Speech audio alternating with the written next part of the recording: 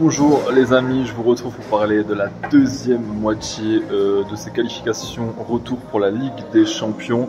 Nous allons avoir 7 matchs au programme.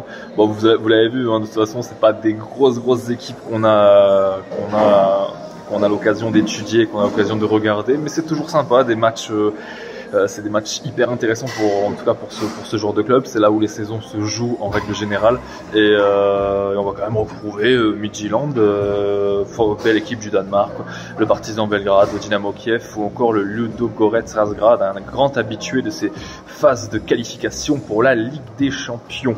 On va commencer directement en parlant du bonus avec le bonus avec lequel nous allons partir aujourd'hui. Unibet, 10 € offerts sans dépôt et jusqu'à 100 € de bonus offert avec le code promo RDJ Gold en majuscule. N'hésitez pas à essayer un bonus qui est très intéressant. Alors on va commencer directement avec ce Riga FC contre Bodo Glimt. Bon, il n'y a pas eu suspense au match aller, hein, 0-4 en faveur des Norvégiens. Bon, normalement les visiteurs devraient l'emporter. Attention parce que Bodo, on le connaît, cette équipe, c'est l'équipe qui est très performante à la maison. Souvent elle cartonne ses adversaires, mais en déplacement c'est toujours un peu plus compliqué. À voir si elle arrive à maintenir ce rythme, d'autant plus que la qualification est acquise, mais je pense qu'elle est capable de le faire.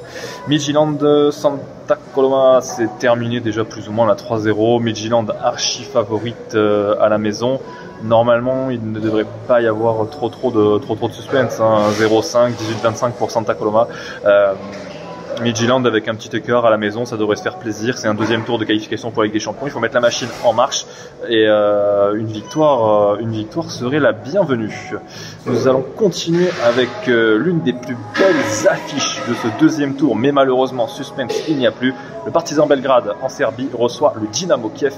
Le match aller, avec le contexte politique qu'on connaît en Ukraine, s'est joué en Pologne et le Dynamo Kiev a montré toute sa supériorité. Les internationaux étaient de retour, hein, Shaparenko, Yarmolenko, 6-2 en faveur du Dynamo Kiev qui a littéralement tué tout suspense. Pourquoi pas tenter quand même le 1N aujourd'hui? On le connaît, cette équipe du Partizan, elle a un stade ultra bouillant. C'est toujours très dur d'aller jouer là-bas. L'ambiance est terrible, d'autant plus que le Dynamo Kiev est dans un certain confort. Pourquoi pas tenter la grosse surprise victoire du Partizan, mais le Dynamo devrait se qualifier. Un écart de 4 buts devrait largement suffire pour terminer le boulot. Deuxième partie, nous allons commencer avec Maccabi Tel Aviv contre le Steaua Bucarest. Là aussi, on a une très belle affiche. Et là, suspense, il y a un partout entre les deux équipes au match aller. Pour ma part, je reste convaincu que le Steaua est supérieur à cette équipe du Maccabi Tel Aviv malgré que le match ait lieu en Israël. Victoire du Steaua, ça me paraît un peu compliqué. Je vais plutôt partir sur le N2. Le N2 pour le Steaua qui, pour moi, devrait ramener au minimum le match nul. Moi, je pense qu'ils vont ramener la qualification, mais match nul dans le temps réglementaire. Donc, si match nul il y a au terme du temps réglementaire, ce sera prolongation et je pense qu'ils vont ramener la qualification, le Steaua. Jagiella Białystok, club polonais contre Venecis. Là, 4-0 au match aller. Normalement, les Polonais ne devraient pas trembler à la maison, l'emporter. Et comme je l'ai dit juste avant pour Midtjylland, mettre la machine en marche et tout simplement prendre de la confiance.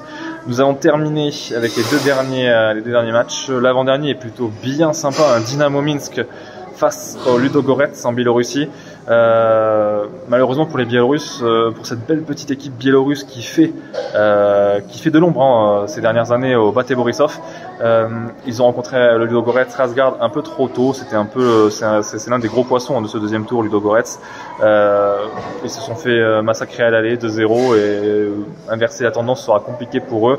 En plus, Ludogorets va liaison équipe type dans la mesure où ils ne sont pas assurés de se qualifier. Une avance de 2 buts n'est pas certaine pour la qualification au troisième tour. La victoire de Ludogorets, en plus, c'est plutôt bien coté. Je vais partir sur une victoire du champion bulgare. Et on va conclure avec Banja Luka qui reçoit le PAOK Athènes, la formation grecque. 3-2 PAOK à l'aller.